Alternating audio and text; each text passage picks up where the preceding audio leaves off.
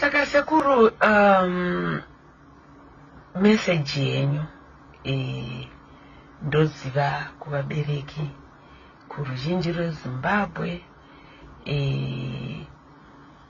uye kunyanya takatarisa mafiro akaita mukomana uyu ndeyekuti chii?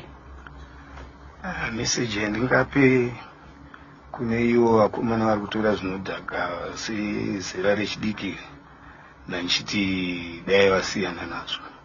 Zvinhu zvokuita muno zvakawanda. Kutora madrugs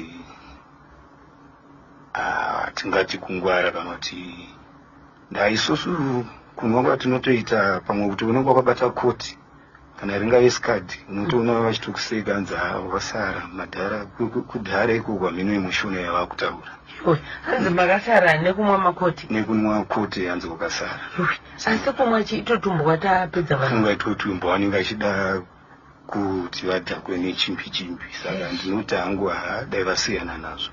Tatsemoni zera racho riri kufa nevana vari kusiyiwa nemhosva dziri kungoparwa kungonzi ningazotema amai ningadaiwo. Saka ndinoti dai vasiyana nazvo zvinodhakisa. Okay. Yeah, because last week taitotaurawo nyaya imwe chete yemukomana mataura kuti moiziva nditi munharaunda futi wokuuraya mubereki wokuuraya amai vake akadhakwa mudhuze futi nesu futi.